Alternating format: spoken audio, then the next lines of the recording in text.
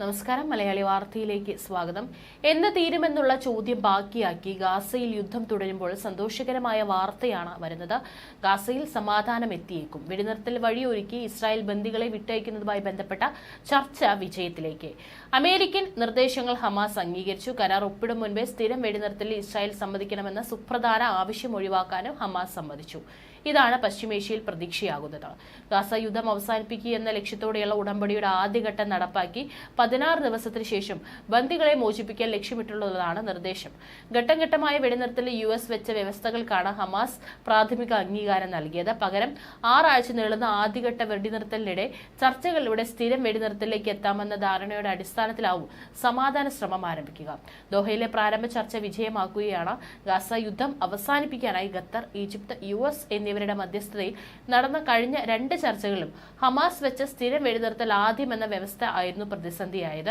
ഇത് ഇസ്രായേൽ അംഗീകരിച്ചില്ല. ദോഹയിലെ പ്രാരംഭ ചർച്ചകൾക്ക് ശേഷം മൊസാദ് തലവൻ ഇസ്രായേലിലേക്ക് മടങ്ങി. അടുത്ത ആഴ്ച ചർച്ച തുടരുമെന്നും ഇസ്രായേൽ പ്രധാനമന്ത്രി ബെഞ്ചമിൻ നെതന്യാഹുവിന്റെ ഓഫീസ് വ്യക്തമാക്കി.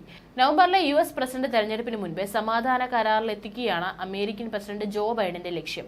42 ദിവസം നീളുന്ന ആദ്യഘട്ട വെടിനിർത്തലിൽ ഗാസയിൽ നിന്ന് ഇസ്രായേൽ സൈന്യം പിൻവാങ്ങും. സഹായ വിതരണത്തിന് അവസരമൊരുക്കും.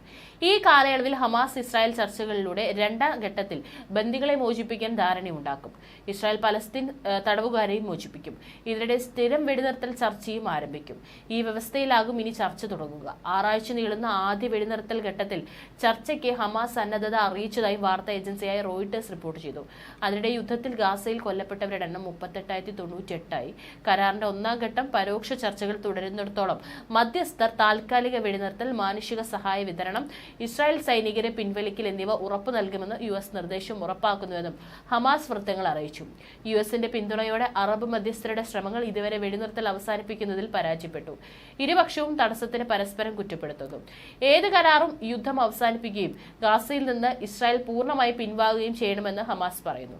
അതേസമയം 2007 മുതൽ ഗാസ ഭരിക്കുന്ന ഹമാസിനെ ഉന്മൂലനം ചെയ്യുന്നതുവരെ യുദ്ധത്തിൽ താൽക്കാലിക വിരാമങ്ങൾ മാത്രമേ സ്വീകരിക്കൂ എന്ന് ഇസ്രായേൽ പറയുന്നു. ഖത്തറിന്റെ മധ്യസ്ഥതയിൽ USും ചേർന്ന് നടത്തിയ ചർച്ചകളാണ് ഇക്കാര്യങ്ങളിൽ ധാരണയായത്.